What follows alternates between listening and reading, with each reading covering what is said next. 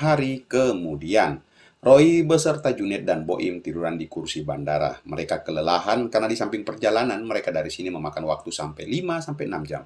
Bandara juga penuh sesak dikunjungi oleh ribuan manusia yang menjemput keluarganya pulang haji.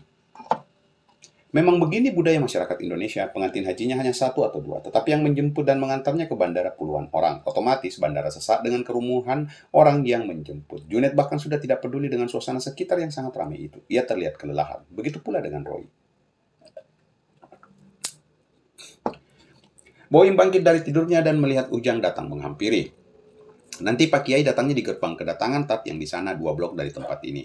Ustadz Ujang yang juga sama terlihat kelelahan. Istri-istri mereka terpencar dengan mereka dan sedang makan istirahat di sebuah restoran fast food bandara.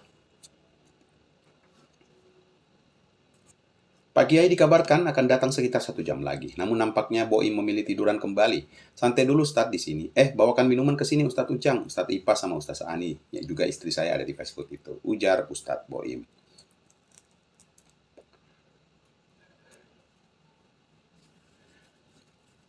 Bentar, Tat saya ikut, ujar Roy. Ia bangkit berdiri dan berjalan terhuyung menahan rasa lelah. Bukan karena perjalanan yang memang jauh ini, tapi juga suasana bandara yang sumpek dan sesak.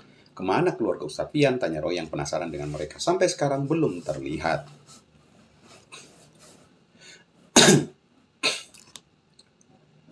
Tadi Ustadz Fian nelpon Tat, beliau nyasar ke Tol Kemal. Hah, kok bisa? Nggak tahu Ustadz, katanya ngikutin mobil yang sama dengan mobil kita. Putar-putar sampai mereka masuk tol.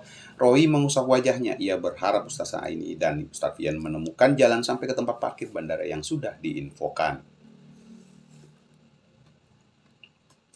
Memang awalnya Roy tak ingin ikut menjemput, tapi ia ingin menunjuk first impression ke Pak Kiai. Di samping itu pula, hanya Ustadz senior yang menjemput. Kebetulan, Roy bersedia menjadi supir mengantar Ustadz Junid dan Ustadz Boim beserta istri mereka kemari.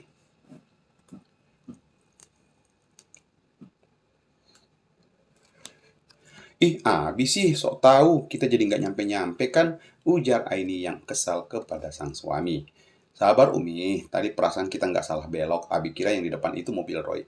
Kata Umi juga bukan, gimana sih? Sebentar setelah turun dari tol Kemal kita mutar balik sesuai arahan orang tadi di gerbang.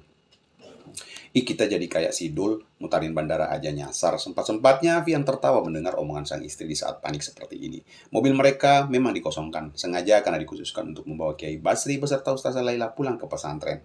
Pokoknya jangan sampai nyasar lagi, kalau nggak Umi turun naik taksi, omel istrinya.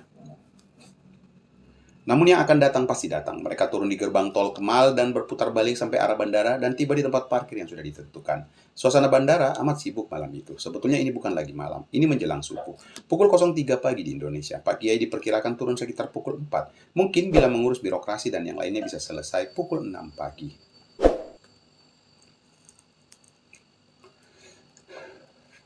Saat sampai di bandara, mereka bertemu ustazah-ustazah lainnya bercengkrama dengan cerita lucu nyasar bersama Ustadz Fian tadi. Mereka sudah mendengar bahwa Pak Kiai sudah mengambil kopernya dan hendak menuju ke gerbang kedatangan. Hanya Fian, Ujang, dan Roy yang menunggu di gerbang. Satu persatu ternyata Pak Kiai belum keluar. Roy sibuk mengangkat kertas besar yang bertuliskan Awabim agar ketika Pak Kiai keluar tidak kesulitan mencari mereka. Itu Pak Kiai, ujar Ustadz Ujang. Sungguh segar wajah mudir itu memakai pakaian serba putih, disusul Bu Kiai Laila yang menyusul beriringan ke belakang. Sungguh cantik Bu Kiai itu. Sungguh Roy yang selama ini tidak pernah lagi melihatnya merasa terkesima. Semakin kesini, semakin cantik dari yang terakhir kali ia melihat. Alhamdulillah, kaifahal kulum, how are you? Ujar Pak Kiai sambil memeluk Fian tersenyum. Menyebut bahasa Inggris dengan logat Sunda itu. Baik Ustadz, jawab Fian haru. Kiai melihat Roy, ia kaget dengan pemuda tinggi besar yang berdiri memegang bacaan Awabim itu. Ini, Roy Royhan, Masya Allah kamu gede amat, saya hampir nggak kenal, ujar Pak Kiai kepadanya. Namun sebelum lanjut, bantu tekan tombol subscribe, lalu like video ini, serta share ke sosial media teman-teman agar saya selalu sehat semangat. Dan buat teman-teman juga yang sudah melakukannya, saya doakan semoga teman-teman sehat selalu dan diberi rezeki yang berlimpah. Amin. Oh ini Roy, jawab Ustazah Laila. Alhamdulillah, makasih udah jemput, ujar Kiai. Mereka saling berpelukan satu sama lain karena lama tak bertemu. Saat sampai bertemu, ustazah-ustazah lainnya, suasana hal itu memuncak. Mereka merapikan dorongan yang amat besar itu. Isinya berbagai macam oleh-oleh atau pernak-pernik yang dibeli di tanah Arab sana. Saat hendak mengantar benda oleh-oleh itu masuk ke dalam mobil, Roy melihat keempat ustazah yang senior di pesantren itu duduk berbarengan. Mereka menjadi pusat perhatian. Cantik-cantik wanita itu dan sungguh mempesona, ujarnya dalam hati. Mereka menjadi pusat perhatian karena kecantikan yang mempesona, meski memakai hijab. Begitu pula dengan Ulfa, yang merupakan istri dari Ustadz Bohim. Roy baru tahu bahwa Ipa juga memiliki nama yang sama dengan Bu Kiai Laila Sahipa. Ia mengetahui nama itu saat dengan manjanya, ustazah cantik itu menulis, memakai spidol suaminya. Just clear your mind, ujar Roy dalam hati menggelengkan kepalanya. Itu ada Bu Kiai, tunjukin rasa hormat, ujar Roy lagi dalam hati. Hei, ngelamun aja, bawa ini ke sana, ujar Ustadz Junaid sesaat saat Roy tadi membayangkan istrinya. Mereka pulang dari sana 6 jam lamanya.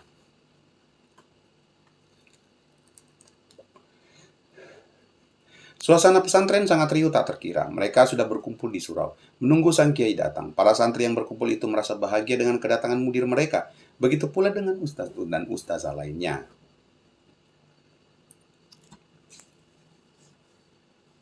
Roy sudah memasuki gerbang mereka. Para santri berteriak riuh menyambut sang mudir datang. Terdengar suara rebana dan kasidah yang merdu dinyanyikan oleh santri menyambut mereka. Kiai Basri dan Ustazah Laila selebri.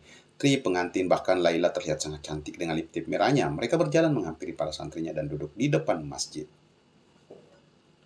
Alhamdulillah, saya sudah kembali dengan aman dan selamat. Saatnya kita bersyukur atas anugerah ini. Semua ini karena doa dari Ustadz dan Ustazah semua yang di sini, juga para anak-anakku santriwan dan santriwati. Ada beberapa cerita yang ingin saya sampaikan. Pak Kiai menceritakan dengan detail kisahnya ketika melaksanakan ibadah haji itu.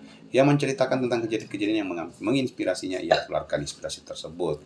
Semua senang, semua bergembira, sesekali Pak Kiai menyisipkan cerita lucu di sana. Para ustadz ada yang duduk di depan, ada pula yang duduk di belakang, termasuk Roy. Ia duduk sambil ngopi dan ngudut bersama ustadz-ustadz lainnya. Apa cuma anak ya? Kok Ustazah Laila pulang dari haji malah makin cakep, ujar Ustadz Mul pengajar fisika itu. Iya, saya juga. Perasaan di sono panas dah. Kok malah makin terang, berkilau, ujar Ustadz Ujang. Lah, yang haji kan kagak ngebolang, kagak ngapa-ngapain. Tat malah keseringan gak ada kerjaan. Seharinya kan masjid, maktab aja, jawab Roy. Cia, tahu dari mana antum, Ustadz?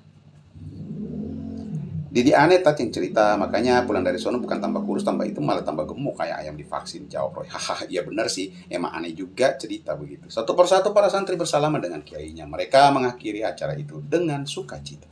Sebelum kita akhiri video ini, sekali lagi saya tekankan buat teman-teman subscribe channel ini agar saya selalu semangat mengupload cerita-cerita lainnya.